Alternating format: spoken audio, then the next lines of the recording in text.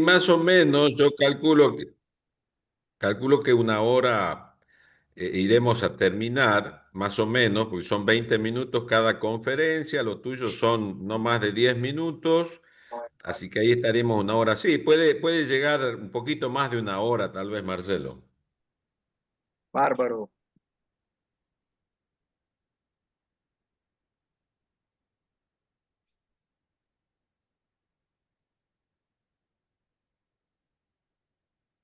¿Ustedes ven mi puntero que yo lo estoy moviendo? Sí. Sí, Ok, perfecto. sí se ve bien. ¿Y cómo van las cosas para Cartagena? No, va todo andando en orden. Vamos bien. Qué bueno. Para atrás y para coger impulso. Les aseguro que vamos a tratar de ser un lindo evento y que podamos disfrutar un evento que de verdad tenga buen nivel y que la gente esté muy a gusto. De verdad que no lo merecemos. Ujú. Seguramente así será.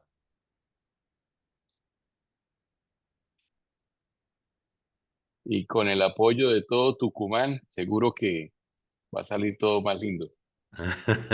Sí, estamos haciendo fuerza de Tucumania y tratando de arrastrar a toda la Federación Argentina de Cardiología, todos los que puedan participar. Además, enganchamos por lo menos con las playas, aunque sea por eso.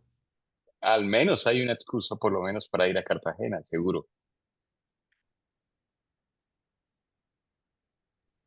Los hemodinamitas también queremos ir. Ah, sí, podemos, ¿eh? Te llevamos, Pablo, no hay ningún problema. Es todo lo que hace la playa, ¿no? El mar. Tal cual.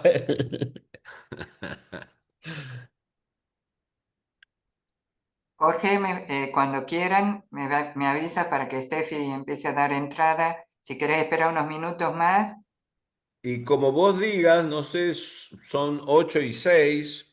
¿Querés que esperemos un par de minutos para dar entrada a toda la gente o cómo? esperemos un ratito más. Acá mucha Bueno, gente está saliendo del consultorio hasta ahora y ujú. no son muy puntuales en Tucumán. Bueno, vamos a darle unos 2 minutos más de espera y empezamos son las 8:05, un par de minutos.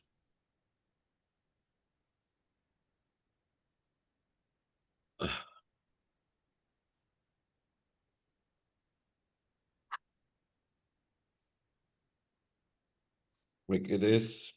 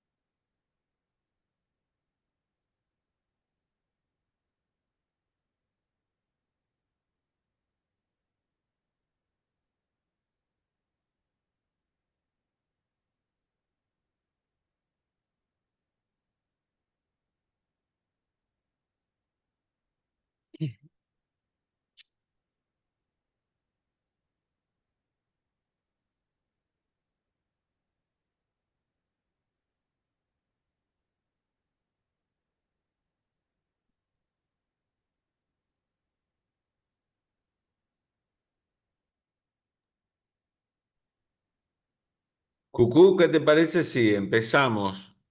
Bueno, que Steffi ya pueda dar entrada, que está preguntando ella. Sí, es para que en en honor a las personas que han cumplido con el horario, el respeto por el horario. Lo mismo van a seguir ingresando seguramente a lo largo de los minutos. Bien, ya están entrando, Jorge. Voy a esperar un poquito que entren todos. Bien.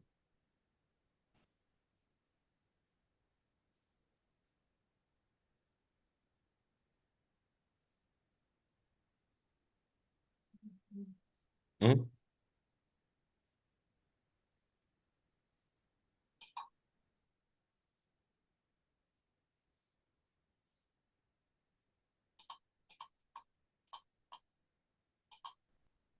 Bueno, buenas noches a todos. Gracias por acompañarnos en la nueva reunión de la Sociedad de Cardiología de Tucumán. Para nosotros es un gusto poder hacer esta reunión en forma internacional a través de la intervención y participación de nuestro estimado colega, el doctor Jorge Tazar, quien convocó a referentes en el área de imágenes, hemodinamia, para hablar de este tema tan novedoso para los clínicos que pueden cambiar paradigmas en el manejo de esta patología. Así que va a ser un gusto poder compartir con expertos este tema. Quiero agradecer desde la Sociedad de Cardiología de Tucumán y de la Federación Argentina de Cardiología la participación de nuestros invitados, y espero que esto sea un punto de inicio para participaciones futuras con la Sociedad de Cardiología de Tucumán y trabajos conjuntos, como recién escuchaba aquí a los colegas, con los deseos de trabajar, porque creo que cuando nos unimos y nos juntamos somos mejores. Así que creo que por ese camino tenemos que ir. Bueno, sin más, y agradeciendo aquí a los cardiólogos tucumanos que se están conectando, buenas noches desde aquí para ustedes. Y bueno, Jorge, te paso ya la coordinación de esta reunión. Gracias a todos por participar y acompañarnos. Bueno, Cucú, muchas gracias. Antes que nada, buenas noches a todos. Les damos la bienvenida a esta reunión conjunta. Es un lujo para la Sociedad de Cardiología poder realizar esta reunión, una reunión conjunta entre la Sociedad de Cardiología de Tucumán y la Sociedad de Imágenes Cardiovasculares de la Sociedad Interamericana de Cardiología. Y el tema que nos compete esta noche es la estenosis aórtica, valvulopatía importante si las hay. Para eso tenemos invitados de lujo y sin preámbulos vamos a presentar a nuestro primer disertante, el doctor Jaime Rodríguez Plazas. Es especialista en medicina interna, cardiología, ecocardiografía e imágenes cardíacas, miembro de la Unidad de Métodos Diagnósticos No Invasivos de la Clínica de Falla Cardíaca de la Fundación Cardiovascular de Colombia. Es past president de la Sociedad Colombiana de Cardiología y Cirugía Cardiovascular y es nuestro presidente actual de la Sociedad Interamericana de Imágenes Cardiovasculares, de la Sociedad Interamericana de Cardiología. Es un gusto poder recibirte, Jaime, un gran placer. Debo destacar tu pronta respuesta para que todos sepan. Jaime es una persona que está viajando permanentemente por todo el mundo representando a las imágenes de las Américas, y apenas le mandé la invitación, inmediatamente me respondió afirmativamente, así que también agradezco tu buena predisposición, Jaime. Escuchamos tu presentación. Bueno, no, Jorge, muchas gracias. De verdad que a todo Tucumán, gracias por la oportunidad de compartir en los próximos minutos uno de los temas de los que yo he venido hablando últimamente, y me parece que es los nuevos enfoques que tenemos en valvulopatía aórtica y en estenosis. Creo que este tema hay que hablar nuevamente actualmente, que es el tema de la falla preservada y reducida en estenosis aórtica moderada. Y quiero arrancar mi presentación con este mensaje que no se les puede olvidar a todos. La estenosis aórtica, créanme, se comporta como una verdadera falla cardíaca, y créanme que les voy a mostrar por qué el daño también no solamente es en el ventrículo izquierdo. Entonces, mi invitación también hoy a que miremos de una manera muy compleja, muy completa, muy global, lo que tiene que ver el enfoque que yo he venido denominando, salgámonos del enfoque valvulocéntrico, y miren lo que pasa en estenosis aórtica moderada. Esto creo que cambia paradigmas porque generalmente estamos acostumbrados a tener en mente la estenosis aórtica moderada como aquella que solamente compromete la válvula, pero fíjense que podemos tener pacientes con estenosis aórtica moderada que hemos denominado grupo 1, 2, 3 y 4, que simplemente son pacientes que tienen estenosis aórtica moderada, pero fíjense que ya tienen hipertrofia ventricular o tienen la aurícula izquierda ya dilatada, o peor aún, ya tienen algún compromiso derecho en cuanto a función ventricular derecha y de pronto que ya tienen hipertensión pulmonar. Y esto no es menor. Fíjense que los que nosotros creemos que son solamente moderados y que no tienen absolutamente ningún daño miocárdico son escasamente el 13%. Pero fíjense cómo un paciente probablemente ya está en el cuadrante verde, que ya tiene algún grado de compromiso ventricular izquierdo. Y fíjense, más del 40% de los pacientes con estenosis aórtica moderada ya tienen algún compromiso del ventrículo sumado a un compromiso por lo menos de dilatación ventricular o de insuficiencia mitral. Y lo importante es esto, que eso se traduce en eventos cardiovasculares, sobre todo en términos de desenlaces como mortalidad y como un paciente que tiene estenosis aórtica moderada. Ven ustedes la curva acá que les estoy mostrando, que es la del grupo 4, que ya tiene compromiso derecho o hipertensión pulmonar. La mortalidad en 5 años es más del 60%. Estamos acostumbrados a tener el grupo de estenosis aórtica moderada pura. Probablemente estos van relativamente bien a 5 años, pero el grueso de pacientes ya tienen algún compromiso, sobre todo también no solamente en mortalidad, sino un desenlace combinado que ya viene con stroke, con desenlaces de rehospitalización o infarto del miocardio, y más o menos el comportamiento es muy similar a 5 años. ¿Y esto por qué pasa? Porque es que es la perfecta falla cardíaca lo que está pasando en una valvulopatía. Y es un proceso que viene continuo en donde un miocardio está sometido a una poscarga que se viene incrementando año tras año y que posteriormente el paciente empieza a tener un grado de remodelamiento hasta que ya se ve un grado de disfunción ventricular. Y cuando mi paciente llega con síntomas, ya ese paciente probablemente ha tenido una cascada de fenómenos dentro del miocardio ventricular, y uno de los primeros daños que vemos en estenosis aórtica moderada es el remodelamiento cardíaco. Y esto lo resalto porque el remodelamiento no viene de los grados severos de la estenosis, viene de los grados leve a moderado del remodelamiento. Y fíjense que esto es muy importante, que la fibrosis que se empieza a ver en el miocardio, el determinante, el punto gatillo es el remodelamiento ventricular en cuanto a términos de hipertrofia. Y acá hay un término que yo creo que en vida real es muy probable que hayamos enviado incluso pacientes a intervenir con estenosis aórtica moderada y falla cardíaca. Y les voy a decir por qué. Primero, sé que aquí en la sala hay hemodinamistas, pero nosotros estamos acostumbrados incluso a manejar el 40 de gradiente medio, pero más o menos un área valvular de 1 estrictamente equivaldría en términos de severidad a 30 y tanto de gradiente medio. Probablemente el 40 de gradiente medio equivale a 0,8 más o menos de área valvular. ¿Esto qué quiere decir? Que probablemente algunos pacientes que hemos mandado con disfunción ventricular que tienen por ahí 1 de área estrictamente no son severos y probablemente sea 0,8 el corte, y probablemente, aunque las guías se siguen manteniendo en 1 de área valvular con 40 de gradiente medio, probablemente estrictamente algunos probablemente sean moderados.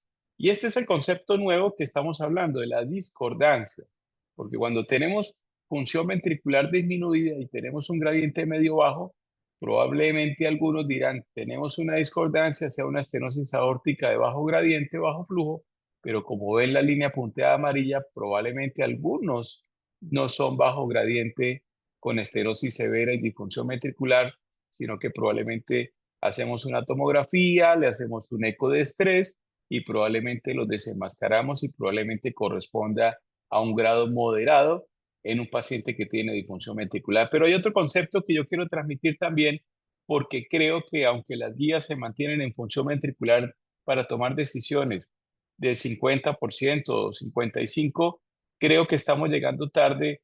Y estos pacientes con estenosis aórtica, miren la curva, esto lo mostró Thomas Marwick hace 5 o 6 años.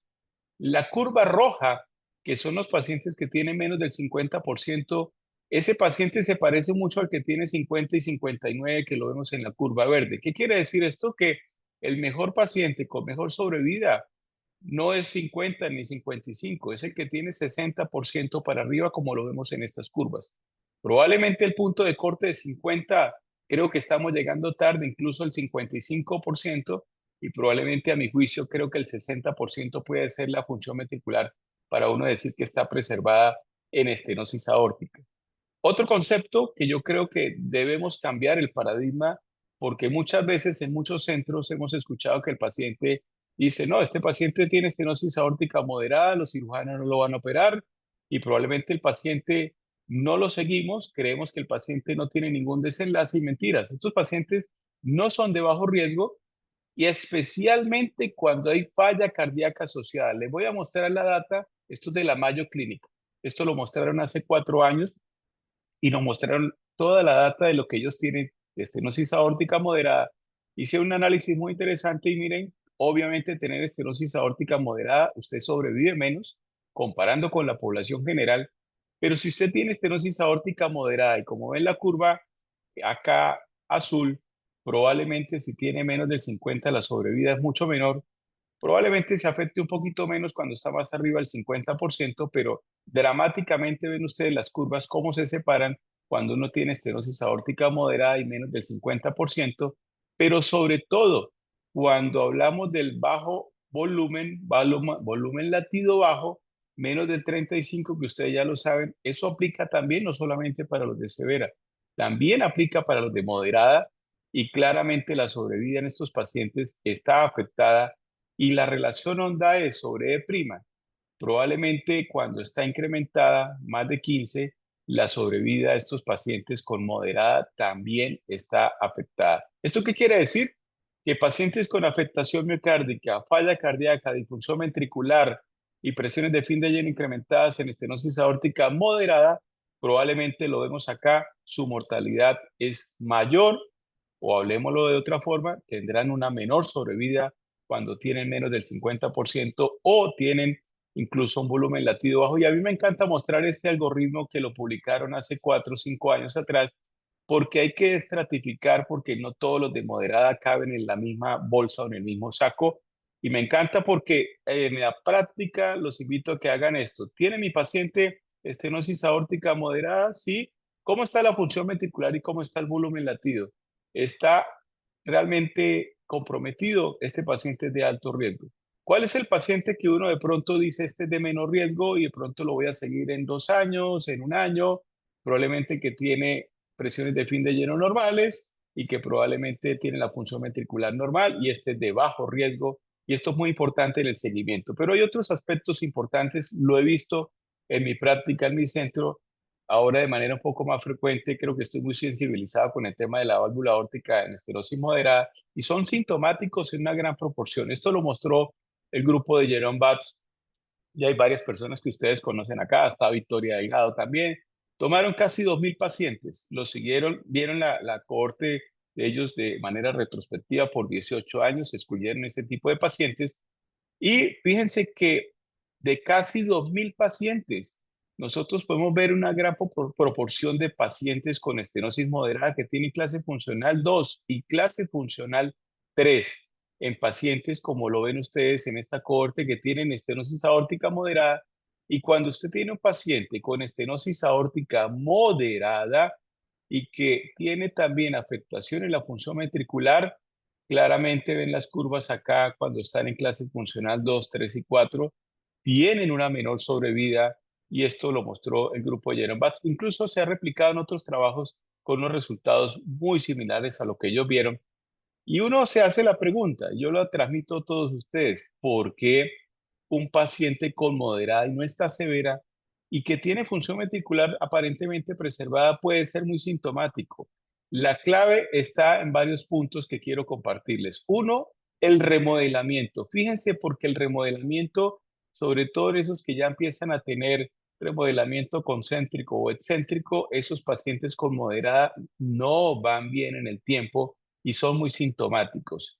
Y otro aspecto que los invito a que también entremos en la nueva onda del moderada es evaluar la mecánica ventricular, porque el strain también no es un parámetro para disfunción miocárdica subclínica temprana en estenosis severa, sino que también, esto lo mostró el grupo de La Mayo, que ustedes ven acá a varias personas muy reconocidas, y hace 4 o 5 años mostraban esto tan interesante. Un paciente que tiene moderado la estenosis, el strain se le puede alterar, simplemente porque hay mecanismos de hipertrofia, de fibrosis, y la fibra miocárdica ya tiene algún trastorno de contractilidad.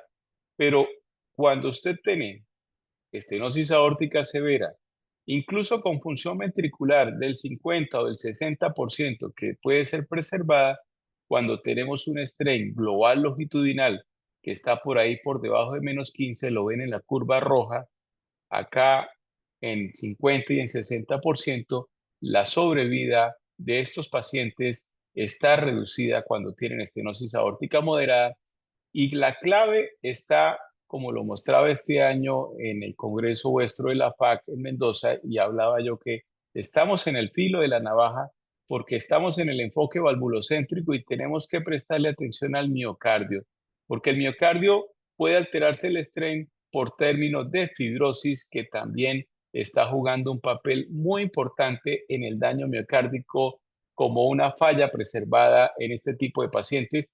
Y este trabajo es muy interesante porque vemos en 5 centros mundiales que de gran nivel evaluaron casi 500 pacientes con estenosis aórtica moderada que estaban asintomáticos, y a todos les hicieron resonancia, y fíjense cómo el volumen extracelular en los pacientes que tienen estenosis moderada puede estar casi igual el volumen extracelular afectado como lo tienen los pacientes que tienen severo. Obviamente, miren, casi 25% de los pacientes que tienen severa tienen algún grado de compromiso de fibrosis, pero un poco más del 20% de los de moderado pueden tener el volumen extracelular afectado, siendo más o menos el comportamiento en la curva, el punto de inflexión por ahí más o menos del 27%, el volumen extracelular para arriba, dividido por terciles, que lo vemos acá en la curva roja, como este paciente está libre de desenlaces, pero cuando lo vemos en la curva negra que vemos acá, cuando está por encima del 27%, probablemente hay una menor sobrevida libre de eventos. Y hay otro aspecto que yo creo que debemos individualizar en falla cardíaca y estenosis aórtica, es un verdadero fenotipo de insuficiencia cardíaca. Y aquí quiero compartir ese trabajo que tiene un número importante de pacientes, casi 2.500 pacientes, que tenían todos moderada, y los dividieron en 4 clústeres o 4 grupos. Unos de bajo riesgo, otros que tenían muy calcificada la válvula, otros de bajo flujo y otros que eran muy comórbidos. Y en esta casuística de casi 2.500 pacientes, miren cómo se hizo una validación externa, y al final tuvimos los de bajo riesgo, son los menores, 9%, los que estaban muy calcificados, casi la tercera parte, los que tienen bajo flujo también es una tercera parte, y por ahí uno de cada 4 tienen mucha comorbilidad. Pero lo importante es esto, que uno puede ver moderados. Este es un fenotipo. El que tiene bajo riesgo tiene 1.8% de eventos al año, pero fíjense que tiene la válvula aórtica muy calcificada, se le va incrementando la mortalidad anualmente a 2.2, y el clúster o el grupo 3, el que tiene bajo flujo, este ya se va a 2.6% la mortalidad anualmente. Y acá el peor es el paciente que tiene estenosis aórtica moderada, que es gordito, que es hipertenso, que es diabético, que tiene fibrilación auricular y que tiene por ahí insuficiencia mitral. Probablemente la tasa de eventos es mucho mayor del 3.6% por año. Entonces yo creo que hay que hablar de fenotipos, y no todos los de estenosis moderada caben en el mismo saco, y hay que hacer una individualización, digamos, desde el punto de vista también fenotípica en cuanto a la hemodinamia de estos pacientes. Y ese trabajo lo presentaron hace 2 años más o menos, y es muy interesante porque tomaron casi 400 pacientes con moderada, muchos iban a TAVI y se habían hecho el TAC, pero todos prácticamente habían ido a una prueba cardiopulmonar, y acá se hizo un análisis y se compararon con pacientes realmente confirmados de falla cardíaca con función sistólica preservada, y ven ustedes el gráfico, cómo se comporta muy similar en términos de consumo de oxígeno el paciente que tiene falla preservada al que tiene estenosis aórtica con función ventricular preservada. Prácticamente el comportamiento es muy similar, incluso acá lo que es la grasa epicárdica se comporta muy similar en lo que es falla preservada con estenosis aórtica con función sistólica preservada, y acá incluso en términos hemodinámicos el gasto cardíaco se comporta muy similar en los pacientes de estenosis aórtica con falla preservada, con función preservada, al que tiene una verdadera falla cardíaca con función sistólica preservada. Entonces, parece que hemodinámicamente tenemos un fenotipo de estenosis con función ventricular preservada que está comportándose parecido o similar a lo que vemos en insuficiencia cardíaca con función sistólica preservada, que es un término que ya hemos venido depurando en los últimos años y ya tiene unas guías de recomendaciones y de diagnóstico, pero ven ustedes acá en este diagrama cómo se comparten una cantidad de situaciones que vemos a diario en estos pacientes entre los que tienen un verdadero diagnóstico de falla cardíaca con función sistólica preservada y los que tienen este tipo de estenosis aórtica, que yo creo que vale la pena tener en mente porque es un fenotipo del cual tenemos que hablar hoy en día. Y estos son los mensajes que deben llevarse ustedes en términos de estructuralidad que se comparten entre la falla cardíaca con función sistólica preservada y la estenosis aórtica en grado moderado a severo, cómo se compromete el consumo de oxígeno, cómo se compromete la rigidez de las arterias, cómo está disminuida la motilidad y la función y el strain de la cavidad auricular izquierda, pero también algunos otros parámetros que vemos en la prueba de ejercicio cardiopulmonar, como el consumo de oxígeno se comporta muy similar, en ambos está disminuido, y incluso cuando se han hecho estudios algunos de congestión, estos pacientes pueden también estar con congestión, que lo vemos con el POCUS y vemos líneas B de Kerley, vemos algunos grados de congestión en la cava, y aquí probablemente incluso podemos ver pacientes con BNP incrementado que tienen estenosis aórtica moderada. Y hay otro aspecto que me parece que también estamos en el filo de la navaja y probablemente hay muchos pacientes que estamos viendo que tienen falla cardíaca con función sistólica preservada, pero hay otro aspecto importante en la clínica que yo creo que hay que determinar cuando un paciente y que yo estoy viendo en mi laboratorio de eco que tiene estenosis aórtica tiene también amiloidosis. Y fíjense que 1 de cada 10 pacientes con estenosis tiene amiloidosis. Esto no es un secreto, esto, por ejemplo, entre el 5 y el 15% dicen los británicos, más o menos esta es la casuística, y peor aún cuando tengo un paciente mayor de 80 años, que aquí sí prácticamente es 1 de cada 4, y esto lo traigo porque data como esta que publicó Pivarot el año pasado, es muy interesante cómo tomaron en Canadá y en Estados Unidos un buen número de pacientes con amiloidosis que estaba confirmada y los dividieron en los que no tenían estenosis aórtica y los que sí tenían estenosis aórtica, 15% en este grupo de casi más de 2.000 pacientes, 5% eran leves, 4% moderados y 6% severos. O sea que mucho cuidado porque probablemente algunos que estamos viendo con moderada, probablemente estamos ante una fase evolutiva de una amiloidosis y siendo este comportamiento la ATTR probablemente el que más prevalece, pero probablemente, como lo ven aquí en los gráficos rojos, en las barras rojas, incluso una amiloidosis AL podría ser un grado moderado o severo de estenosis. Entonces, está solapada por ahí y esto es muy importante porque probablemente se comporten diferente en términos de mortalidad cuando uno tiene una estenosis aórtica moderada pura al que tiene estenosis aórtica con amiloidosis, como lo vemos en la curva azul, la mortalidad es mucho mayor en este grupo de pacientes y probablemente mi invitación es a que estemos más sensibilizados en los red flags del eco para mirar quién en el laboratorio de eco probablemente también tenga un grado de compromiso de amiloidosis.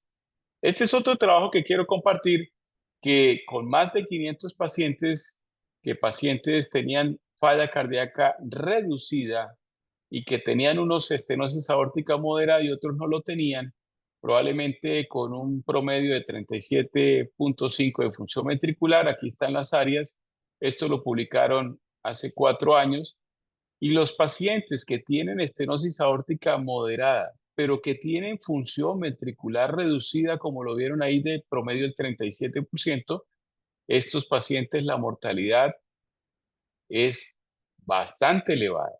O sea que tener uno falla cardíaca y estenosis aórtica van peor en desenlaces de mortalidad que si yo tengo un paciente con estenosis pura, moderada, y aquí probablemente que si tengo falla cardíaca reducida solamente. Y acá, si yo no lo intervengo a estos pacientes que ya probablemente tienen la función ventricular reducida, que tienen estenosis aórtica moderada, y probablemente no lo intervengo, estos pacientes, la mortalidad es bastante alta.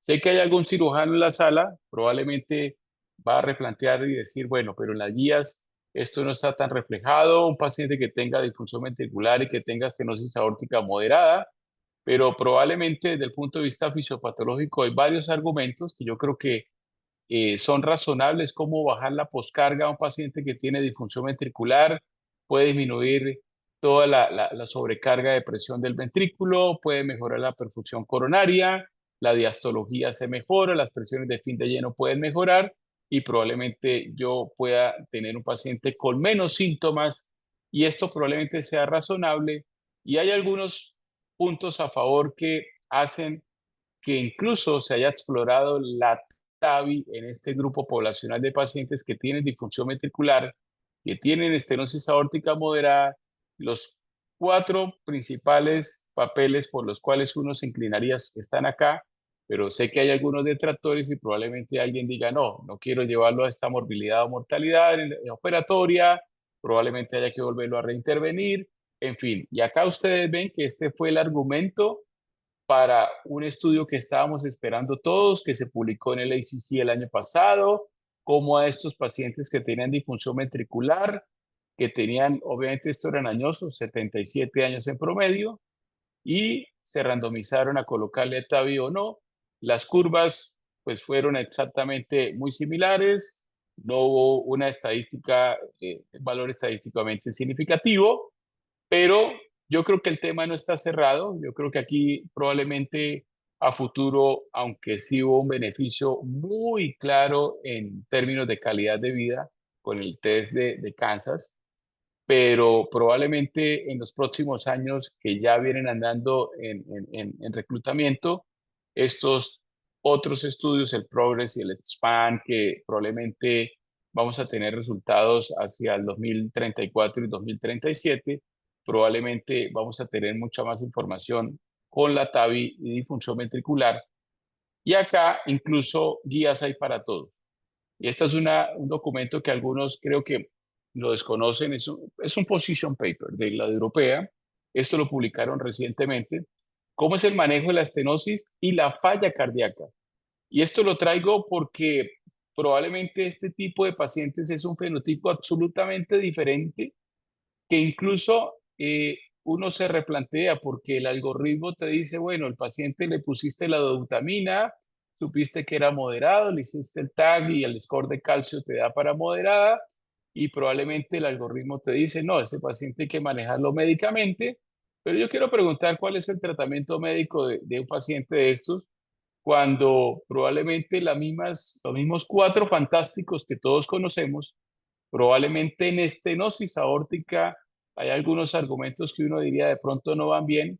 Los 4 beta bloqueadores, ARNI, diuréticos, que probablemente incluso yo creo que el resultado en desenlace no va a ser el mismo de un paciente que no tiene estenosis aórtica. Entonces, creo que hay algunos puntos que vale la pena compartir, digamos, a manera ya del tiempo y de conclusiones, que yo creo que a mi juicio la estenosis moderada con función sistólica o falla cardíaca me parece que está subdiagnosticado, creo que es un tema novedoso.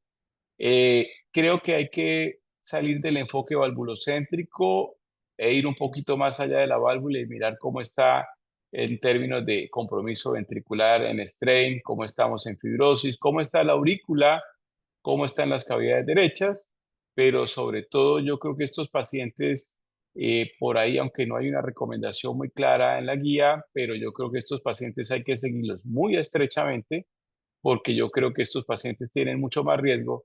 De hecho, por tiempo no lo mostré acá, pero hay una casuística muy grande de la Cleveland Clinic, que han operado incluso por diferentes razones, disfunción ventricular y estenosis aórtica moderada, increíblemente han ido bastante bien. Entonces, mi mensaje final es que veamos la estenosis moderada ahora como el grupo que tiene daño cardíaco o el que no tiene daño cardíaco. Y ya les mostré que el daño cardíaco no es la fracción de eyección. Yo creo que hay que ir un poquito más en caracterizar a estos pacientes. Este es mi centro y mi invitación final, que creo que al principio ya hicimos en Recorderis para que nos veamos en Cartagena y poder disfrutar el próximo año el Congreso de CISA con este y muchos otros temas en valvulopatías. Muchas gracias. Muchas gracias, Jaime. Excelente presentación completa de inicio a fin. La verdad que has dejado muy en claro los mensajes. Te agradecemos. Vamos a pasar a nuestra próxima disertación. Tenemos un invitado nacional en nuestro grupo de disertantes, el doctor Pablo Espaletra. Se va a referir al intervencionismo en la estenosis aórtica. Pablo es cardiólogo intervencionista del Instituto Cardiovascular de Buenos Aires. Tiene su desempeño principal en cardiopatía estructural y cardiopatías congénitas del adulto. Él no está en el país y sin embargo está haciendo el esfuerzo de contactarse, conectarse y poder brindarnos su conferencia. Pablo, antes que nada, muchas gracias. La Sociedad de Cardiología de Tucumán agradece tu participación, tu buena predisposición, así que escuchamos tu presentación. Hola, buenas noches a todos. El agradecido soy yo. Estoy muy contento de estar participando en esta jornada o en este encuentro. Cuando me llegó la invitación, tenía ya asumido este compromiso con este viaje, pero no quería dejar de participar. Y escuchaba recién a la charla de Jaime y pensaba en la evolución de las terapéuticas cardiovasculares y puntualmente la evolución de la terapéutica de la válvula aórtica. No hablo solamente, yo ahora voy a hablar de lo que es percutáneo, pero pensaba en la evolución de esta práctica. Yo estoy ahora en un Proctor Meeting de válvula pulmonar y hoy di una charla sobre la evolución de tratamiento percutáneo de la válvula pulmonar y es arcaico. Llamativamente, el primer reemplazo pulmonar percutáneo se hizo en el 2000, 2 años antes que el TAVI o la órtica, y sin embargo la evolución de esta práctica fue muchísimo más lenta y menos productiva que la estenosis aórtica. Y probablemente tenga que ver con mucho lo que recién nos contaba Jaime, que es con esta expansión del entendimiento de la fisiopatología y de cuán realmente enfermos están los pacientes que tienen estenosis aórtica de severa a moderada. Yo en este caso no voy a hablar puntualmente de la estenosis aórtica moderada, voy a hablar en pacientes con estenosis aórtica severa y me gusta mucho hablar de qué es lo que está sucediendo, qué es lo que estamos viendo hacia adelante en el tratamiento percutáneo y esto tiene que ver con que la evolución, como decía recién, ha sido dramática. En el 2002, Alain Crivier hace el primer TAVI en Francia en un paciente que no se parece a los que tratamos hoy, 57 años, shock cardiogénico, hace un tratamiento que es por vía percutánea pero transeptal. La semana pasada veía el video que lo publicó un noticiero francés de ese primer implante y decía qué lejos que estamos de ese primer implante y cómo hemos evolucionado.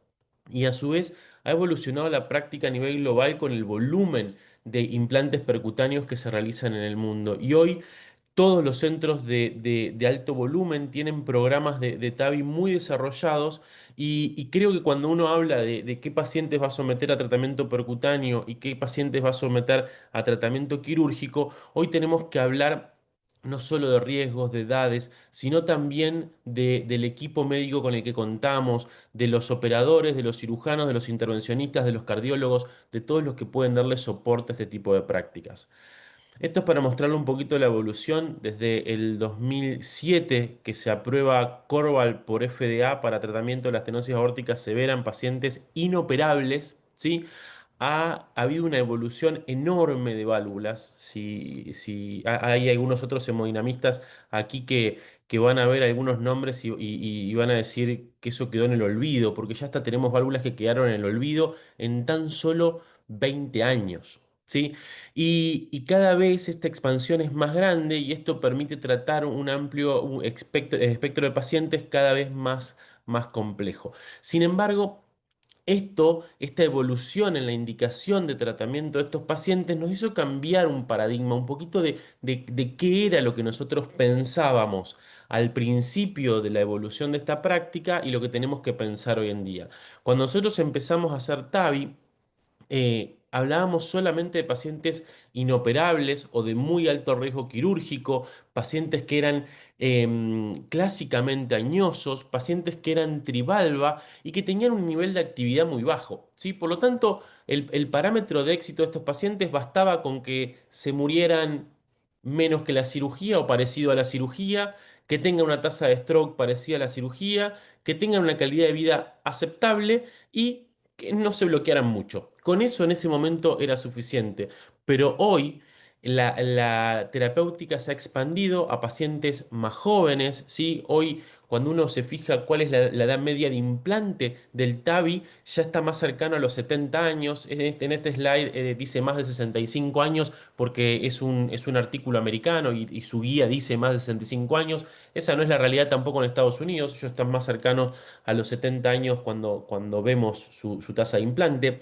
Ya tratamos con mucha seguridad pacientes con válvulas bicúspides y niveles de actividad mucho más alto. ¿Qué significa esto? Por ejemplo, yo cuento, el martes vi un paciente en el consultorio que traté la semana pasada y su preocupación era cuándo podía volver a jugar al tenis. ¿Sí? Entonces eso no pasaba con los pacientes que tratábamos allá por el 2010, 2012. Y esto nos cambia un poquito en qué es lo que tenemos que pensar ahora, porque ahora tenemos que pensar no solo en todo lo que hablamos de la primera fase, sino también tenemos que pensar en cuáles son los resultados hemodinámicos de la válvula, el mismatch prótesis-paciente, la durabilidad, la expectativa de vida, el reacceso coronario, porque con el tiempo que va a tener esta válvula implantada tenemos que pensar en el reacceso coronario y por supuesto, y eso cambió nuestra técnica de implante también en lo que se llama TAV in TAV, que es el famoso valve in valve, pero en este caso dentro de un TAVI. Y esto, entonces, ¿qué es lo que nosotros tenemos que pensar para pasos que se vienen? Primero, optimizar el procedimiento, sistemas de delivery que sean más amigables, que tengan menor frenchaje, que generen menos alteraciones de la conducción, que tengan mejor prevención de los leaks paravalvulares. Segundo, la durabilidad y este concepto que vamos a hablar ahora de lo que es el lifetime management. Hoy todos, en cada meeting de cardiología, creo que en el tratamiento de la válvula aórtica se habla de este concepto de lifetime management. Y esto va a estar más vinculado a los gradientes que queden post-intervención, a la capacidad de reacceso coronario. Y después vamos a tener nuevos targets terapéuticos, como es el tratamiento de la insuficiencia aórtica, pacientes de bajo riesgo. Y esto es una mirada personal y no para ir en contra de Jaime, que me encantó, realmente me encantó su presentación. Creo que todavía estamos un poco lejos del moderado riesgo, pero tal vez pueda ser, y ahí ya planteo una pregunta que es si tal vez el seguimiento a 5 años es suficiente para evaluar a estos pacientes de moderado riesgo, tal vez hay que expandirlo más a 10 años, donde por ahí podemos ver algún otro resultado. Entonces, la primera pregunta, teniendo esto en cuenta, es ¿cuál es la válvula ideal? Y a mí me han preguntado más de una vez, ¿cuál es tu válvula preferida? ¿Cuál es la que vos querés más que el resto? Y digo, es difícil de hacer esa respuesta porque yo creo que hoy en día muchas válvulas tienen muchos beneficios y cada vez que queremos evaluar una prótesis tenemos que pensar en estos ítems, que es la durabilidad, cuál es el perfil hemodinámico óptimo que adquirimos, la mínima interferencia con estructuras vecinas, que es una liberación fácil y predecible, que tenga una baja tasa de complicaciones y por supuesto que tenga bajo perfil para el acceso transfemoral. Eso es por la seguridad, ya que la complicación del acceso es el que mayor mortalidad tiene dentro del conjunto de complicaciones que puede tener una TAVI. Y acá tenemos el Lifetime Management que les decía recién. Y esto tiene que ver con, intencionalmente está puesto en rojo lo que no quiero, digamos, pero digo, tiene que ver con que nosotros hoy sabemos que un paciente que vamos a intervenir a edades más tempranas indefectiblemente va a tener una reintervención. ¿Sí? Indefectiblemente ese paciente va a tener que someterse a una nueva cirugía. Entonces, yo no me voy a poner ambicioso con la edad, pero digamos, si yo a un paciente de 70 años le hago un TAVI, ¿sí? Yo sé que aproximadamente a los 10 años tengo riesgo de reintervenirlo y a los 80 años le puedo hacer un redo TAVI, ¿sí? Y ya en ese momento se me complica porque los 10 años de ese Redu-TAVI van a ser 90 y ya un explante del TAVI es un procedimiento mucho más complejo, ¿sí? Entonces, si yo empiezo en ese paciente, perdón, tal vez su mejor opción sea empezar con una cirugía, posteriormente un TAVI, un Valvinval, después el explante si fuese muy añoso y después un nuevo TAVI-TAVI.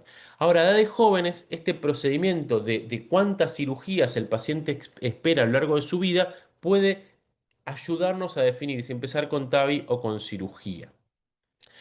Y esto es un poquito más redundante de lo que decíamos recién, donde el principal concepto del lifetime management tiene que ver con cuál es la expectativa o el tiempo de sobrevida del paciente, ¿sí? Y aquí sí tenemos que ser muy objetivos en cuáles son los puntos que necesitamos para que el paciente, la prótesis que nosotros le estamos poniendo hoy, dure mayor cantidad de tiempo. Y esto viene de la mano de lo que yo llamo un nuevo concepto en válvulas, que la PowerX la tenemos disponible en Argentina, la Mirus todavía no está disponible en el mundo, está en trials, y tiene que ver con el concepto de la recaptura total de una prótesis, como es el caso de la PowerX, donde nosotros podemos implantar completamente la válvula, ver cómo funciona y recapturarla y reposicionarla, o como la Mirror Seagull, que lo que tiene es un muy bajo perfil, es una válvula que tiene un perfil de acceso 8 French y se puede poner por vía radial. Entonces, creo que estos conceptos también nos ayudan a expandir y aumentar la seguridad de la práctica. Ahora, hay un nuevo concepto que no solo va en la tecnología de las prótesis, sino también tiene que ver con la indicación, que es vuelvo a hacer insistencia en el lifetime management y en la expectativa de vida del paciente.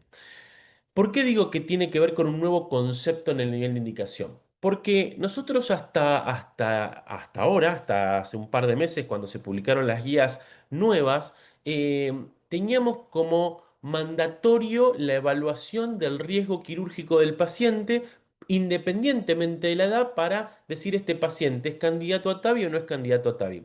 Y ahora lo que dicen las nuevas guías, que se los voy a mostrar más adelante, dice, bueno, ahora el riesgo ayuda, pero primero pensemos en cuál es la expectativa de vida, lifetime management y en qué tipo de bioprótesis vamos a utilizar.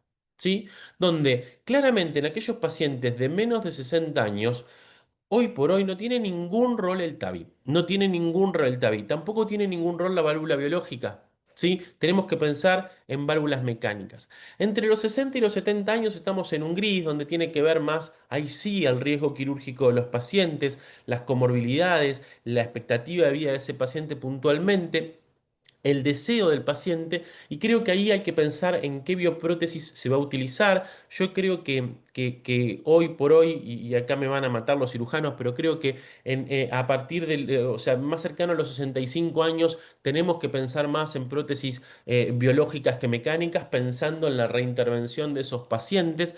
Y por supuesto después de los 70 años, donde claramente hay que poner una bioprótesis, hay que tener en cuenta el TAVI. ¿Sí? Y vamos a hablar un poquito más en detenimiento qué es lo que dice la guía al respecto. La guía al respecto dice, menos de 70 años, bajo riesgo quirúrgico, cirugía claramente, nada que discutir. ¿Sí? Ahora, si no tiene bajo riesgo quirúrgico, empecemos la discusión. No digo que tengan que ir para TAVI, no me maten todavía, pero en menos de 70 años, bajo riesgo quirúrgico, cirugía sin ninguna duda. En aquellos pacientes con más de 70 años, ¿sí? Que no tengan anatomía bicúspide, es decir, que sean tricúspides y que tengan anatomía favorable para TAVI, hay que pensar en TAVI como primera opción, independientemente del riesgo.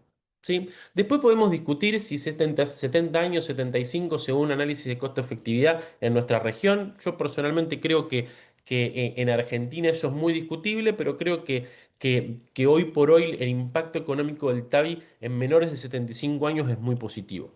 Y en el medio están esos candidatos que son candidatos a bioprótesis, ¿sí? Donde ahí ya hay que discutir un poquito más qué hacer, si vamos a ir por cirugía o por TAVI.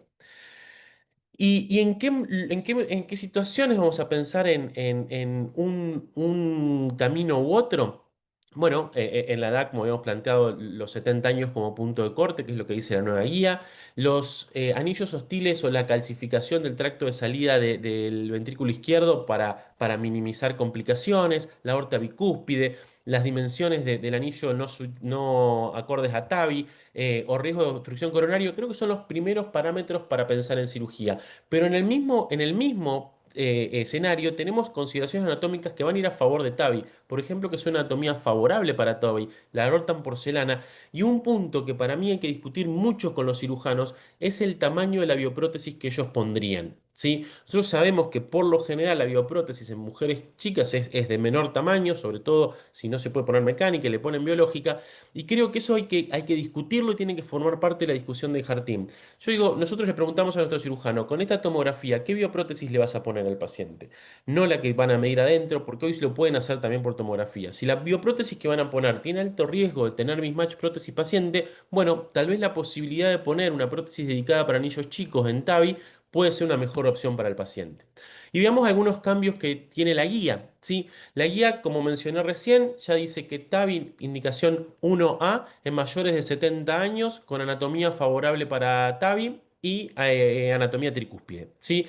Es importante la anatomía tricúspide, creo que eso es lo que es 1A. Después podemos pensar qué hacer con las bicúspides. Claramente menores de 70 años a cirugía. Pensar, ¿sí? Si vamos a pensar, perdón, en una bioprótesis, de vuelta a lo mismo, uno ve tener en cuenta el TAVI. No estoy diciendo que sean todos para TAVI, pero estoy diciendo que hay que tenerlo en cuenta. Y por último, ya mejora un poco el nivel de indicación. Yo creo que esto no es un cambio que nos afecte en nuestra práctica, el hecho de utilizar accesos alternativos en aquellos pacientes que no tengan buenos accesos femorales. ¿Y en qué me parece que esto tiene lugar, digamos? Porque ya no estamos hablando más de riesgo y tiene que ver lugar con lo que hemos visto, por ejemplo, en el seguimiento a 5 años del Evolut Low Risk, donde vimos que los perfiles hemodinámicos de las bioprótesis, de la válvula Evolut fue significativamente mejor, ¿sí? Que la bioprótesis quirúrgica. Y esto tiene que ver puntualmente con perfiles hemodinámicos. No estamos hablando con falla valvular. Acá estamos hablando de durabilidad solamente en el perfil hemodinámico. Tuvimos menores gradientes, tuvimos mejor área efectiva, menor tasa de leaks, etc. ¿Qué pasa con la indicación de la expansión, perdón, la expansión de las indicaciones que charlamos en un principio? Como vimos recién, ya la guía recomienda en 2B el tratamiento por TAVI de la insuficiencia aórtica severa en pacientes que tengan anatomía apta, ¿sí? Y que no sean elegibles para cirugía. Y esto tiene que ver con un estudio y un registro donde se observó que los pacientes con insuficiencia aórtica, el implante del TAVI era seguro, era eficaz, tenía algunas complicaciones algo mayores que el resto, como por ejemplo hay un poco más de embolización del dispositivo, que cuando uno empieza a aumentar la curva de aprendizaje lo puede reducir completamente, hay limitaciones anatómicas que tenemos que tener en cuenta, necesitamos válvulas mucho más grandes y sí tienen una tasa mayor de requerimiento de marcapasos. El registro Pantheon tiene que ver con qué tipo de bioprótesis de TAVI utilizar, si balón expandible o autoexpandible.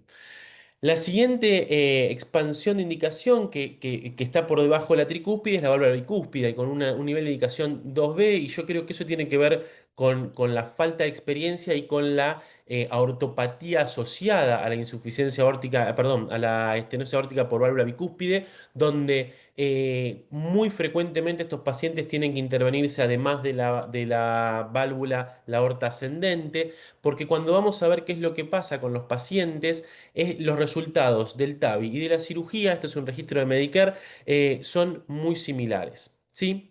De hecho, cuando comparamos también qué pasa con los pacientes que se les hizo TAVI, que tenían anatomía previa bicúspide o tricúspide, vemos que incluso en pacientes de menor riesgo también la tasa de éxito es similar en los dos grupos. Y creo que por último, si no me equivoco, para no aburrirlos más y cumplir parcialmente el tiempo, es que ahora ya tiene nivel de indicación 2A el realizar el tratamiento valve-in-valve para la disfunción protésica de las bioprótesis quirúrgicas en aquellos pacientes de al menos intermedio riesgo, ¿sí? Y esto tiene que ver con este gran registro donde se observó que aquellos pacientes que se trataban por vía percutánea tenían menor mortalidad, menor tasa de sangrado, mejor relación de paciente prótesis mismatch y por supuesto menor estadía hospitalaria. Entonces, a modo de conclusión, ¿qué es lo que se viene para adelante? Bueno, por un lado, cambios en los perfiles de riesgo del paciente, el foco en la edad y el concepto de lifetime management más allá del riesgo, la expansión en las indicaciones, por ejemplo, insuficiencia aórtica o disfunción protésica, mejores perfiles, menor diámetro de los sistemas de delivery y de mucho más amigables, optimización de las polleras y de las membranas perivalvulares para disminuir los leaks paravalvulares. Y por último, optimizar el implante, ¿sí? Sistemas de recaptura completa, ¿sí? Yo creo que hoy estamos en un momento donde la tecnología nos está acompañando en todo esto y creo que nosotros tenemos que demandarle a la tecnología lo que nos hace falta para hacer esta práctica segura y eficaz. Muchas gracias. Muchas gracias a vos, Pablo. Excelente, muy lindo resumen. Seguramente se van a plantear varias discusiones a partir de lo que acabas de decir, pero eso es lo lindo de estas reuniones. No me peguen, soy Bueno, foráneo. sí. Bueno, a continuación le vamos a ceder la palabra a otro amigo, el doctor Marcelo Campos Vieira. Él es profesor en cardiología del INCOR en Brasil, docente de la Facultad de Medicina de la Universidad de San Pablo, en Brasil, obviamente, y es médico del Hospital Israelita Albert Einstein en San Pablo. Le hemos pedido a Marcelo como experto que nos haga un poco un resumen de lo que acabamos de escuchar y que nos haga un comentario de experto. Marcelo, te escuchamos y muchas gracias por acompañarnos en esta reunión. Jorge, muchas gracias. Un placer, un honor estar con ustedes, Pablo, Jaime, doutora Cuco, a toda la gente de Latinoamérica. Yo puedo mirar acá que tenemos también entre los participantes personas de Brasil también, que es una cosa maravillosa. Cuco, qué bueno, qué bueno. Y no fue una charla de Pablo y de Jaime, fue un curso. Maravilhosa, maravilhoso, Pablo, Jaime. Realmente, Jorge, foi fantástico, bárbaro. Realmente não foi seguramente 2 charlas, mas foram 2 cursos integrados acerca de estenose aórtica. Foi realmente bárbaro, maravilhoso. Em relação à estenose aórtica moderada, nós outros temos que considerar coisas que são prós e contras. Por exemplo, a intervenção seja por del procedimento percutâneo ou mesmo seja por, sabe, por exemplo, cirurgia. Há coisas que são interessantes. Há situações, por exemplo, que são favoráveis à intervenção mais temprana, Jorge. Por exemplo, como a baixa mortalidade da TAV, e também a baixa mortalidade da cirurgia também. Então, 2 pontos extremamente importantes em relação a ser uma intervenção mais temprana. Outra coisa também, temos que considerar que os sintomas em relação à estenose aórtica moderada, sobretudo moderada, vão a ter uma evolução ao largo do tempo, não é verdade? E sabemos que ao largo do tempo, de 4 anos, 5 anos, os sintomas vão chegar, seguramente que sim. Entonces, tomar en consideración la baja mortalidad de la cirugía, la baja mortalidad de la intervención percutánea, la posibilidad y necesidad y la ocurrencia, la presencia de los síntomas que van a llegar a lo largo de los años. Otra cosa interesante, es muy importante.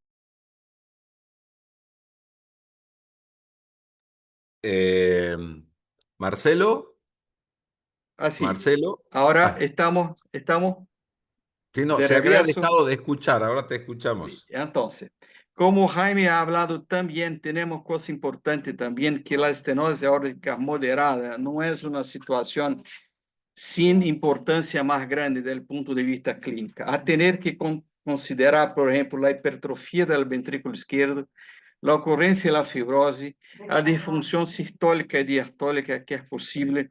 Esta graduación, Jaime, que usted ha también aclarado acerca de la hipertrofia, el aumento del atrio izquierdo también, la presencia de hipertensión pulmonar, disfunción de la válvula mitral y disfunción del ventrículo derecho. Entonces, tal vez para una reflexión y una pregunta para todos ustedes después, tenemos que tener en cuenta la estenosis aórtica del punto de vista de área y de gradiente. Porque mira, es una cosa razonable pensar en estenosis aórtica moderada del ponto de vista del remodelado, de la presencia de hipertrofia, de la presencia de aumento del atrio izquierdo, de la presencia de hipertensão pulmonar, pela presencia de insuficiencia tricurpírea, pela presencia de disfunción del ventrículo derecho. Entonces, esta situación clínica que llamamos de estenosis aórtica moderada, en verdad no es importante. Entonces, la clasificación, Jorge, para estenosis aórtica moderada, tomando en cuenta solamente la área y los gradientes, seguramente tenemos que cambiar para el futuro. Porque en verdad esta situación de estenosis aórtica moderada no lo es. No lo es, porque hay cambios muchísimo importantes del punto de vista ventricular, del punto de vista molecular, del punto de vista presórico, que solamente la área y los gradientes no van a espelhar totalmente lo que ocurre. Entonces, lo que llamamos hoy estenosis aórtica moderada, en verdad no es. Es importantísima. Porque del punto de vista geométrico, del punto de vista molecular, del punto de vista presórico, es mucho más que solamente moderada. Entonces tenemos que hacer una reflexión para el futuro y tomar en cuenta nuevas situaciones. Esta estenosis aórtica moderada, en verdad, es importante. Porque tiene implicaciones clínicas acerca de mortalidad y acerca del follow-up de los pacientes. Entonces, estamos hablando, Pablo, no más de estenosis aórtica moderada, pero estenosis aórtica, Jaime, muchísimo importante. Esta es una cosa para reflexión para ustedes en el futuro. Otra cosa también, hay varios estudios observacionales que hay una disminución a importância do ponto de vista de sobrevida quando hacemos um early TAVR, por exemplo. Quando hacemos, Pablo, um early TAVR, a sobrevida é distinta das pessoas que vão ter que vão ser TAVR no futuro, independente da idade. A idade é uma situação. Claro que você estava falando 70 anos, 75, vamos ser 65, pero para estenosis aórtica é considerada importante do ponto de vista de área e de gradiente. Pero ahorita não vamos mais falar acerca desta coisa. A coisa tem que cambiar, Leonardo. Para o futuro, Lorena, tem que cambiar. As coisas são distintas. Há dois estudos interessantes, o AVATAR e o RECOVERY, em consideração a sobrevida em pacientes assintomáticos com estenose aórtica importante nessas duas situações. São situações a favor, pro la consideração de uma situação de um tratamento mais temprano. Del ponto de vista contrário, temos muita coisa que temos que pensar, não é verdade, Ró? Temos que pensar, por exemplo, stroke, mortalidade em relação ao tratamento percutâneo, ao tratamento quirúrgico também, o sangrado, o mismatch, a possibilidade de endocardite infecciosa quando temos uma outra prótese de uma forma temprana. Por que ter este risco de endocardite infecciosa, por exemplo, em situações que não temos que ter? Tromboembolismo pulmonar, degeneração protética, é o lifetime management, que Pablo estava falando também. Temos que pensar muito, Pablo, acerca do lifetime management. Nós temos sempre uma reunião toda a semana com o grupo de hemodinâmica acá em Brasil, Instituto do Coração, que falamos muito acerca do lifetime management. Quando vamos fazer um redutável? Quando vamos fazer 3 vezes, 4 vezes? Fazer de uma forma inicial a cirurgia, depois el TAVI. Quando? Uma coisa ou outra. Então, o lifetime management é uma coisa que não está resolvida. É uma coisa totalmente aberta. É uma ideia para o futuro. O acesso coronário é uma coisa também que temos que ter em conta sempre. E biomarcadores mais tempranos para degeneração também ventricular, como, por exemplo, o strain, que Jaime também ha falado, o trabalho miocárdico, fibroses no CMR. Então, são situações de biomarcadores moleculares e biomarcadores de imagem que nós temos que ter em conta também. Não é verdade? Mira quantas coisas, a fibrose focal, a fibrose difusa, a fibrose que vai ter regresso, a fibrose que não vai regressar mais. Quando? Como? Em que percentil? Outra coisa importante também, como estão as comorbidades das pessoas que são ancianas? Se nós vamos tratar, Jorge, solamente a estenose aórtica, por exemplo, e as comorbidades dos ancianos, não estão já? Se tratamos, por exemplo, com TAV de uma estenose aórtica, não vamos ter mais as comorbidades, os pacientes frágeis. Outra coisa importante para pensar também, para ser uma reflexão. E há 3 estudos extremamente importantes que vão vir no futuro mais próximo. O estudo Progress, ¿no es verdad? El estudo TAVR Unload y el estudo Expand TAVR, que Jaime también ha hablado. Pero tenemos que esperar hasta 2037. Mira, gente, mira, vamos a esperar quantos mais anos, Pablo? Mais 12 anos para ter respostas? 2037. Seria possível? Com esta velocidade que nós temos hoje, em 2025, vamos esperar mais 12 anos para ter resposta? Não, seguramente que não. E mira que interessante que são pessoas que estão involucradas de uma forma tão cerrada. Jenneré, Jaron Bax, Martin Leon, gente de uma cabeça espetacular. Pero nosotros não temos que esperar tanto. Pero entonces, há situações em contrário e há situações favoráveis para o tratamento, seguramente, os pacientes que têm estenose aórtica moderada. Porque acá estamos falando de estenose aórtica moderada. Não é a história del TAV, por exemplo. É a estenose aórtica moderada. Não é isso? Quando não nascer, mais de tantos anos, 70, 75, não. Estamos falando acerca de estenose aórtica moderada. Os novos biomarcadores, as coisas que estão, os riesgos que temos, as coisas favoráveis e não favoráveis. Então, a mim me parece que é como Walt Disney dizia, falava também em 1980, em uma película maravilhosa, que temos, por exemplo, puertas em aberto. Totalmente em aberto, que a matemática e a física vão trazer respostas mais grandes, mais interessantes. E para a estenose aórtica moderada, talvez tenemos que cambiar a classificação da estenose aórtica moderada, que seguramente com tanto câmbio, com tantas coisas interessantes, com mortalidade mais importante, com problemas que estão em todos os dias ao largo dos anos. Esta estenose aórtica moderada que estamos falando não é moderada, é importante. Então, temos que cambiar a classificação que hoje está basada em área e gradiente, pero para o futuro seguramente que não vai ser mais. pero va a ser sí por una cosa para las situaciones distintas que tenemos en relación a los cambios musculares, geométricos, moleculares que vamos a tener en relación a estenosis aórtica. Esta es solamente para hacer una reflexión. Jorge, con usted. Excelente, excelente, lindo resumen, Marcelo. Y te agrego algo más. Hay autores que proponen la estenosis aórtica, enfocarla como un cáncer y hacer la estadificación. O sea, el tumor en sí es la valvulopatía y tenemos que ir a estadificar esta patología en base a qué tan lejos ha llegado, cuánto afectado está el ventrículo, la aurícula, la válvula mitral, ventrículo derecho, etcétera, y hacer una estadificación como hacemos actualmente con los pacientes con cáncer.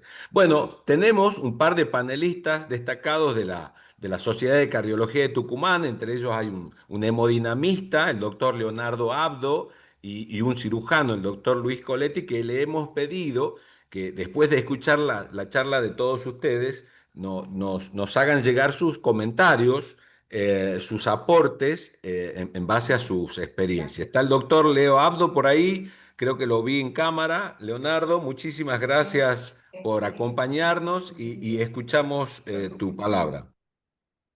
Hola, ¿qué tal? Realmente muchas gracias y agradecido por la invitación de participar. Para mí es un honor poder formar parte de este grupo de charla. Hay una cosa que, como comentario, yo diría lo siguiente. Es increíble cómo, desde que nos formamos de cardiólogos, nos preocupamos, por ejemplo, si tenemos un paciente con 170, 180 de presión arterial sistólica, y nos enfocamos desde un principio en tratar de evitar el daño que esa hipertensión va a tener, porque tenemos un arsenal terapéutico para trabajar sobre esa poscarga en forma clara.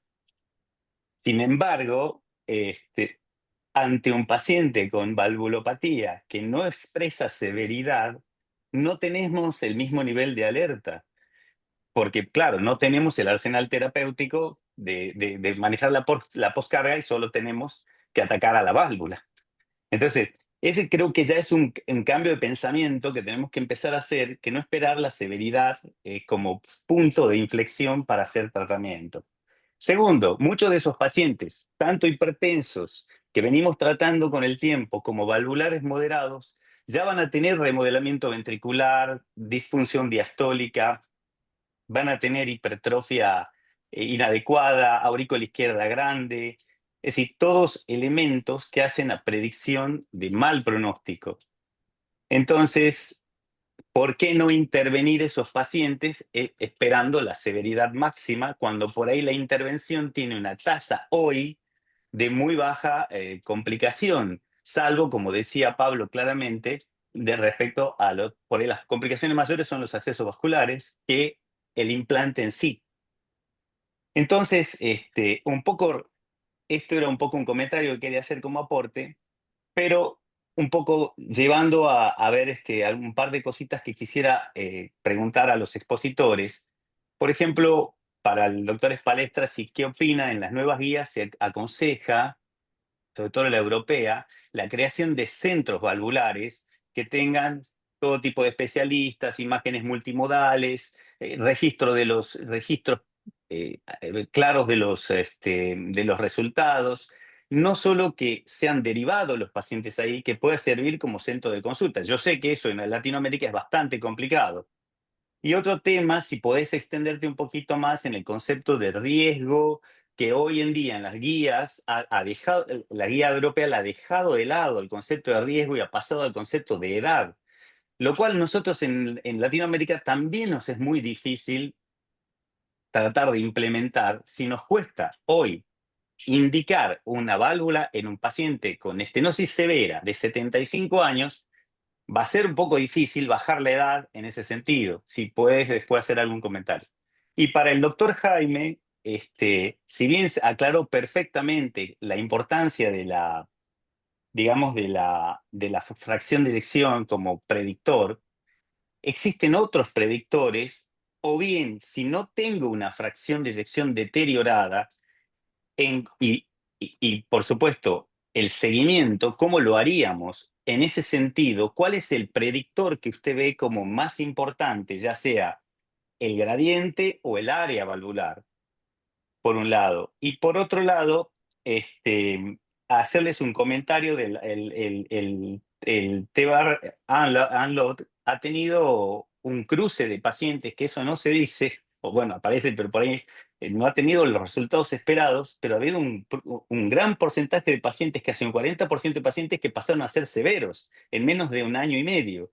Y muchos de los pacientes también se pasaron a implante valvular del área de la rama que iba a control médico. O sea que algún beneficio tiene en el paciente de estenosis moderada el intervenirlo. Bueno, por ahí sí le sirve. Sí, Pablo, ¿querés Sí, contestar la consulta eh, de Leo? a ver, creo que son dos puntos buenísimos que me consultás. Con respecto a los centros valvulares, considero que son fundamentales.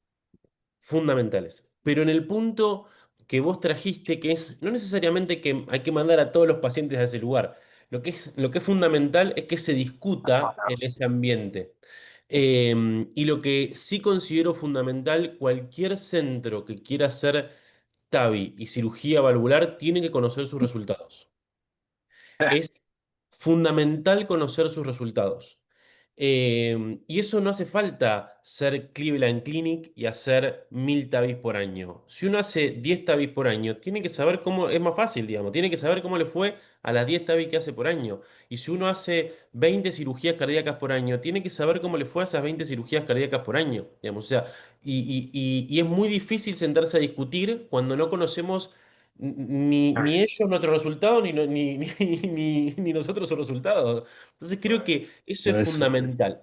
Y sobre todo las cosas, porque cuando uno conoce sus resultados, puede tomar armas en el asunto, puede decir, che, a ver, mi problema está siendo, tengo una muy alta tasa de marcapasos, ¿qué estoy haciendo mal? Algo estoy haciendo mal. Estoy poniendo mal la válvula, estoy eligiendo mal la prótesis, estoy planteando el paciente distinto, digamos, o sea, o mi población es distinta a la del resto. Entonces, creo que para eso el primer punto es conocer la población de cada uno. Y la discusión virtual, nosotros la hemos hecho mucho. Desde el ICBA, nuestro Heart Team lo abrimos a todos los que quieran venir a discutir pacientes, lo abrimos.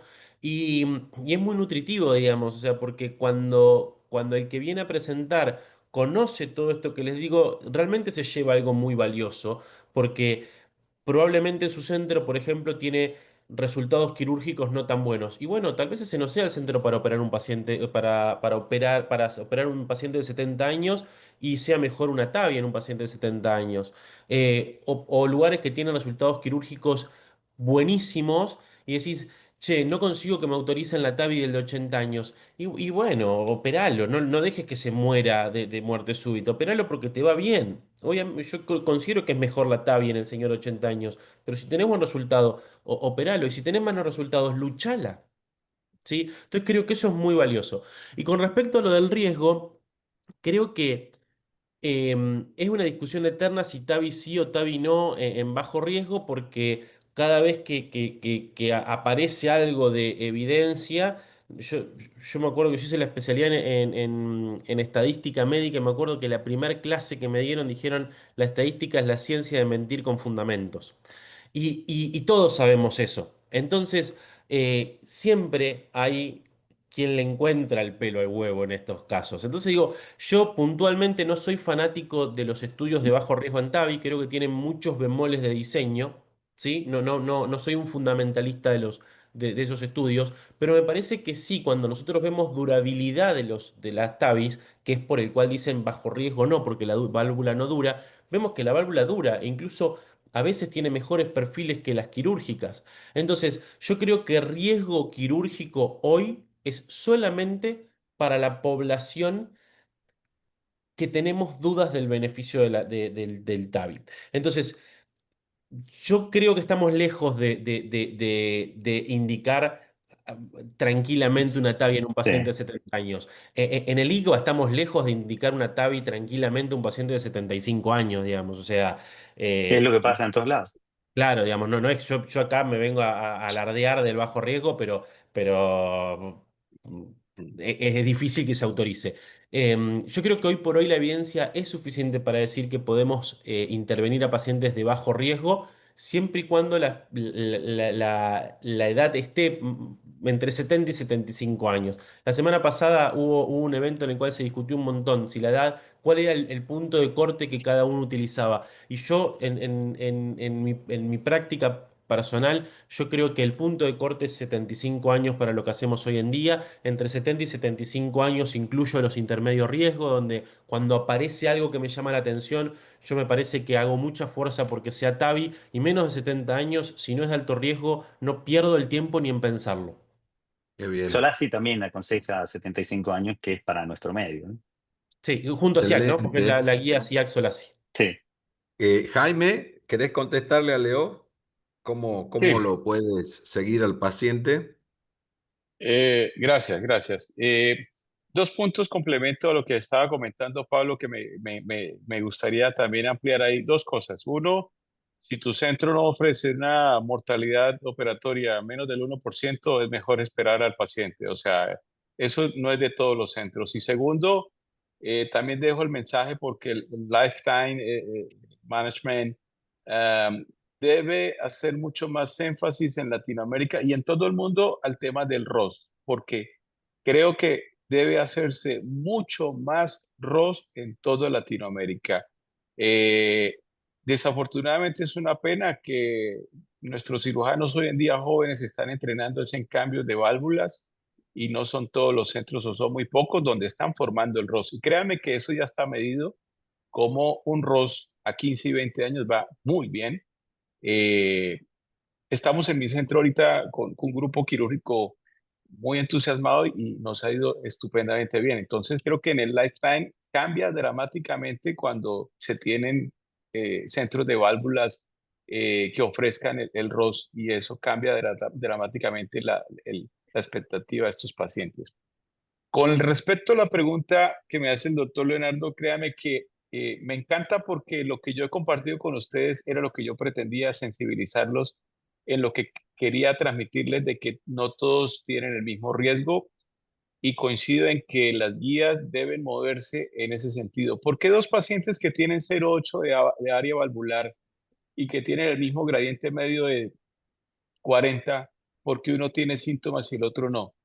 Por el miocardio, porque el miocardio es el que tiene el daño que generalmente es el que termina dando el síntoma. Y por eso, como yo lo he venido mencionando, debemos salirnos del enfoque valvulocéntrico y ahí mis tres ítems tienen que ver con el strain, cuantificación de fibrosis si tú tienes la resonancia, y un tercero que no lo comenté, pero que yo creo que debemos hacerlo mucho más y ya está también evaluado. ¿Qué pasa cuando un paciente no tiene ningún síntoma y lo llevamos a un angiotac y le hacemos un score de calcio y le salen 300 o 400? ¿Es de bajo riesgo? No. Lo mismo, aquí me refiero a la cuantificación del calcio valvular aórtico en estenosis. Si yo tengo un paciente que tiene ningún síntoma, tiene estenosis aórtica moderada, pero si ese tiene, una mujer tiene 1150 score de calcio, está muy cerca de llegar al grado severo y ese es otro paciente. Pero si yo tengo esa misma mujer y tiene un score de calcio valvular de 900 o de 800, esa es otra paciente. Yo hago la similitud del score de calcio valvular, el score de calcio coronario, es exactamente la misma similitud. Entonces, ahí viene el otro punto que quería comentarte o comentarles. No lo toqué, pero el otro enfoque no es el de valoración de riesgo, sino es el otro, el que también las guías están muy flojas, muy cortitas, es en la progresión, porque no todos progresan lo mismo. He visto pacientes con moderada que en un año progresaron dramáticamente a severo y hay otros con el mismo comportamiento que he visto, que los he visto 3 y 4 años y están exactamente iguales. Eh, y ahí creo que hay que estar un poquito más afinados en la progresión. Sobre todo estos pacientes que son hipertensos mal controlados, que de pronto tienen algún grave compromiso de enfermedad renal crónica, que tienen alguna otra cosa que hace que la progresión, tienen tabaquismo, son como predictores que pueden hacer una progresión más rápida. Entonces, evaluación de riesgo, detección subclínica del daño miocárdico y ver la carga de calcificación valvular aórtica. Con eso me parece que es el approach con el que en un enfoque moderno debemos estar virando fuera del enfoque valvulocéntrico. Doctor, y Excelente. una Ah, preguntita más, perdón. sí. ¿Cuál es el punto de corte que asignan ustedes, que veo que tienen un centro bastante interesante de seguimiento, en cuanto al porcentaje de fibrosis en la resonancia para decidir que hubo una progresión o que tiene algún tipo de beneficio esperarlo o intervenirlo? Se habla de un 20%, de un 30% de fibrosis. Y la otra pregunta 30%. también es si ustedes le dan importancia al tema de los biomarcadores en el seguimiento de la progresión de la estenosis, como el ProBNP y otros. Todo esto es individualizado y es una cosa de expertos, no es una cosa que está en el guideline, pero 30% de volumen extracelular eh, y un delta del péptido que esté 3 o 4 veces por encima del Exacto. valor con el que estaba basal.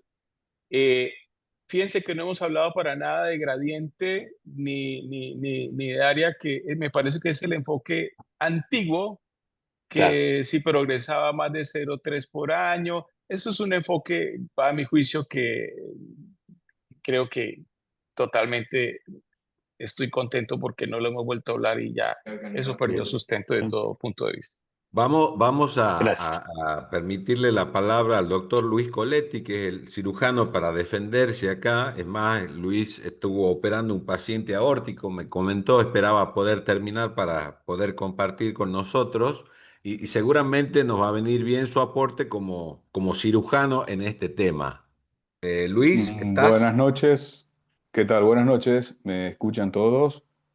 Sí, sí, te escuchamos. Perfecto. Bueno, un gusto la invitación. La verdad que lo estuve escuchando atentamente a todos. Muy interesante, la verdad, las exposiciones de cada uno. Excelentes los referentes. Bueno, la verdad que desde el punto de vista del cirujano, hoy nosotros realmente dentro de nuestro equipo, lo importante es integrarlo al paciente en un heart team. Hay pacientes que son bastante difíciles y complejos de definirlo desde lo quirúrgico, y la verdad que el aporte muchas veces del hemodinamista o del imagenólogo y el cardiólogo hacen a que este paciente o pueda entrar en control muchas veces, o que definamos básicamente que sea un TAVI o una cirugía. Creo que hoy determinar en un paciente con estenosis aórtica moderada, que es básicamente la temática de hoy, el paradigma, estuve chequeando, viendo algunas cosas y simposios, todo observacional y retrospectivo. Creo que faltan se apoyan en que faltan varios estudios aleatorizados, prospectivos, multicéntricos, como para sacar un poco más de conclusiones. Lo que sí está claro que hoy la sobrevida de una estenosis aórtica moderada se arrima más a la de una estenosis aórtica severa, sin entrar en discusión si es sintomático o asintomática. Lo claro es que son pacientes que empiezan, digamos, ya su deterioro de miocardio, su geometría, bueno, todo lo que es un angio-TC para un score de calcio y otros parámetros que nos ayudan siempre para inclinar la balanza hacia un lado o hacia el otro. Algo importante que vi en una charla parecida a esta es que algunos pacientes por ahí con estenosis aórtica moderada era importante ver la velocidad de los gradientes en el transcurso de un año. Muchas veces, como decían, son rápidamente progresivos algunos y otros no. Ellos tomaban los que eran rápidamente progresivos, lo que eran de 0,3 metros sobre segundo anual. Esos pacientes directamente se los catalogaba como de rápidamente progresivo, y era un punto a favor directamente ya de hacer una intervención. Con respecto a cuál es la intervención más correcta, yo creo que es importante, como se mencionó, saber las estadísticas y la morbi-mortalidad que tiene el equipo. Muchas veces hay buenos equipos quirúrgicos y muchas veces en hemodinamia no sucede lo igual a los resultados, o viceversa, o los dos equipos básicamente son muy buenos y eso nos da una herramienta, algo que nos puede complementar. Creo que hoy la evolución tanto del TAVI, de las válvulas en TAVI, así como también los procedimientos, que cada vez obviamente son más, y no tengo duda que vamos camino a que la evolución del TAVI. También hay prótesis que han evolucionado en su durabilidad. Hay prótesis como la Inspiring Resilience de Edward, que tiene un anillo expansible donde se puede hacer un valve-in-valve con una buena durabilidad y muy buen perfil. En caso de que un paciente por ahí de 60 años uno pueda, o 65 años y no se pueda anticoagular, uno implantarle esta válvula para hacer un valve-in-valve a través de un TAVI. Hoy se está diseñando también en Estados Unidos, todavía no está aprobado por la FDA, una nueva prótesis mecánica aórtica llamada Aurora, con toda una biotecnología nueva que no requeriría anticoagulación. Así que, bueno, todavía no está en el mercado, pero está en estudio, me parece un buen punto. Escuché y me formé en un lugar donde el doctor Roberto Favaloro era un referente acá de Ross. Vi la evolución de la cirugía de Ross y la verdad que es muy bueno. El único detalle hoy acá en Argentina, el tema de los bancos de homoinjertos, y bueno, y obviamente algunos contraponen el tema de la calcificación severa que hace el homoinjerto pulmonar, que muchas veces, digamos, bueno, teníamos pacientes que volvían otra vez por un tema de una restenosis. Creo que mientras la mortalidad del equipo sea menos del 1%, sean pacientes de baja mortalidad, yo creo que la cirugía no es una mala opción. Hay pacientes intermedios, hoy también hay mini accesos, o sea, todo lo que son cirugías mini invasivas, con tiempo de bombas mucho más cortos y con todo este diseño de válvulas suturless, donde se registra tiempo de bomba de 40 minutos nada más, donde creo que son muy, digamos, son una buena expansión, tienen buenos gradientes post-implante, y es digamos, una buena opción para pacientes de alto riesgo, donde obviamente el hecho de no hacer una esternotomía o pacientes de EPOC o algo, esto creo que obviamente que lleva una curva de aprendizaje y generalmente hoy lo manejan centros de mayor volumen.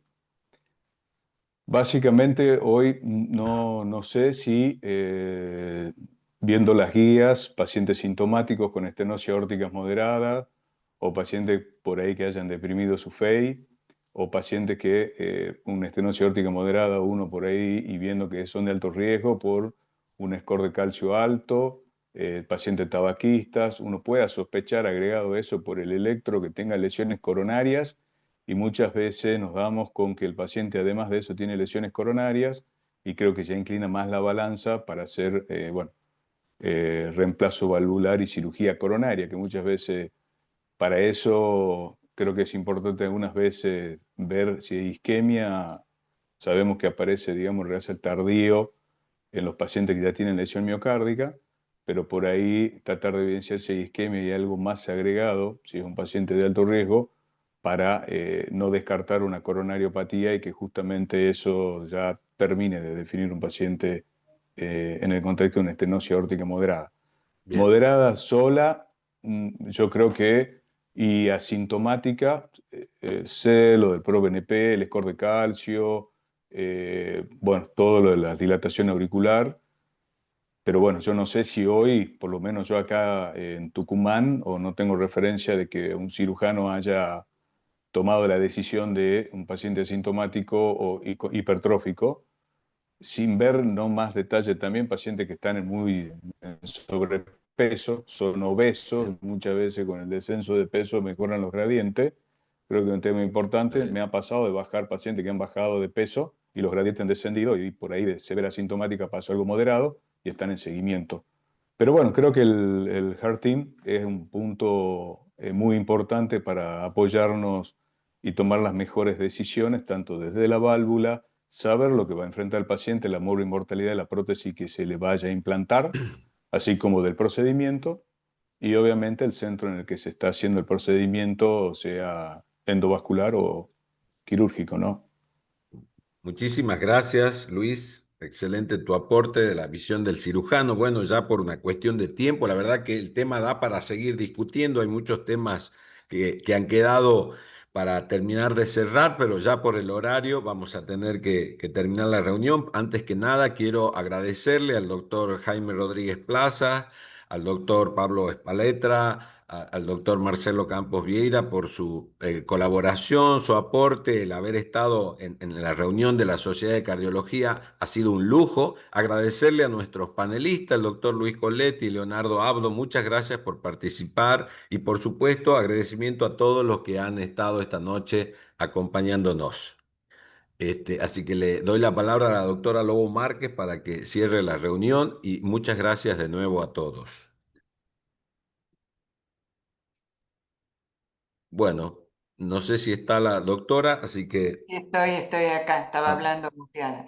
No, simplemente agradecer, decirles que aprendí mucho con ustedes.